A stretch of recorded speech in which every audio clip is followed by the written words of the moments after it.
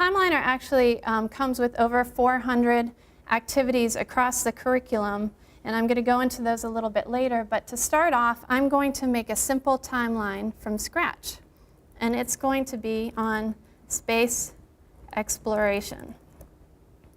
And I'll just keep it short, 1950 to 1970.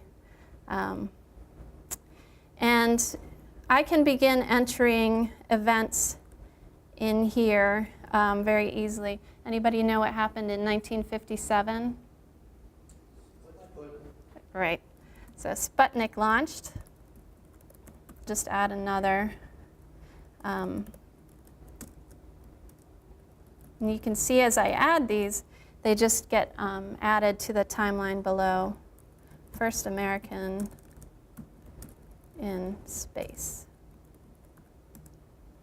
And so, you know, right now it still just looks like a bunch of data. There's no synthesis happening. So what Timeliner does, it helps students with the first step of synthesizing information, and that's to categorize it, to give it a little bit of meaning. So what we can do to help us sort of distill this information is to add some categories. So I'm going to add USSR for Sputnik, and then USA for Alan Shepard. And you can see a little legend is being built up in the upper left-hand corner. But if you use your imagination, as I would have added more events and added these categories with the Russian and US initiatives, you'll see a Russian event and then a US event and a Russian event. What was once disparate events is now unfolding into a bigger story about a space race between the US and Russia. So that uses a lot of imagination. Let's get some more facts in there. And where's the first place that kids want to go when they need to do research? Google, Internet, yep. So we have embedded within Timeliner a research browser so that students can do all of their research from within the program. And part of the reason that we did this was because we don't want kids to have to worry about opening up browsers and juggling different programs. We want them concentrated on the curriculum that they're using. So we've put together a research homepage right here, but you can set the homepage to whatever research site that you use most often. I'm going to do a quick Google search on space and see what we come up with. This looks good. All right, so here is way more information than I could possibly ever need to make a timeline about space exploration, but I think I see something down here in 1962. And then I have my event editor up here so I can add in my events. John Glenn orbits the Earth. And again, I have access to my categories, so that's a US category. But you know, all these facts are nice, but what really caught my eye was this picture of the rocket here. And Timeliner makes it really easy to capture that picture. It's very much what you see is what you get. So I just grab that. I don't have to worry about formatting or importing, and I can add that to my timeline.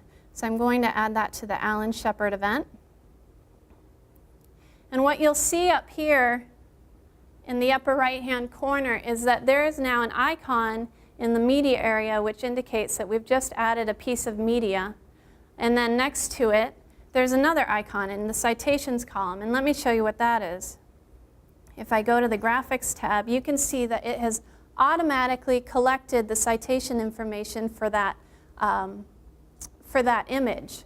So there's spots as well for if you're doing research with books as well, you can add in your own citations for the events and media that you bring in there.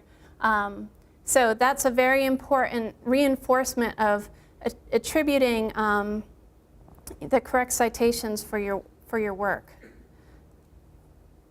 So once I go back into my timeline, you can see that that image has now automatically been placed in there.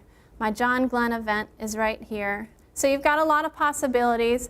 You can also add media from our media palette, which has over, I believe, 1,000 educationally appropriate images and videos and sound clips. And I'm going to take a shortcut here, and I'm just going to look up John Glenn and see what we have for him.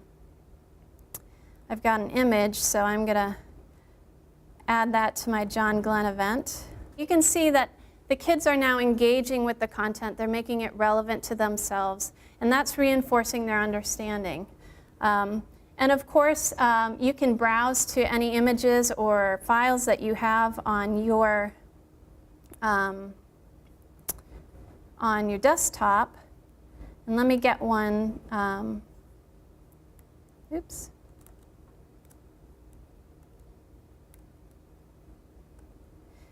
I'm not sure if you knew this, but when I was researching the space exploration timeline, I found out that NASA plays a song to wake up the astronauts every day, and often on their last day, they'll play Going Back to Houston by Dean Martin.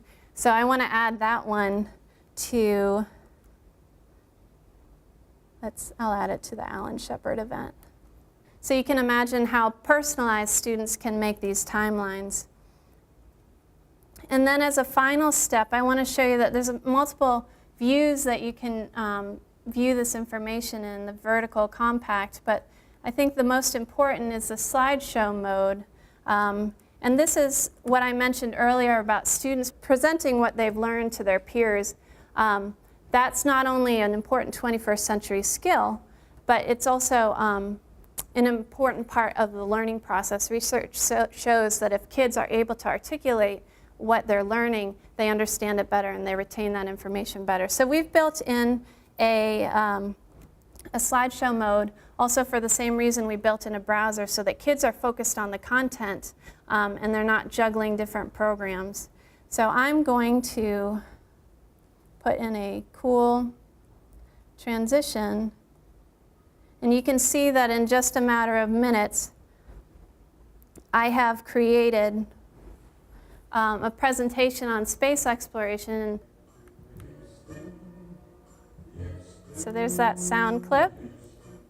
And each event becomes a slide, as you've probably noticed. On February 20, 1960. So it's kind of cool that in just a few minutes we've done research, we've put together a timeline and a presentation with multimedia.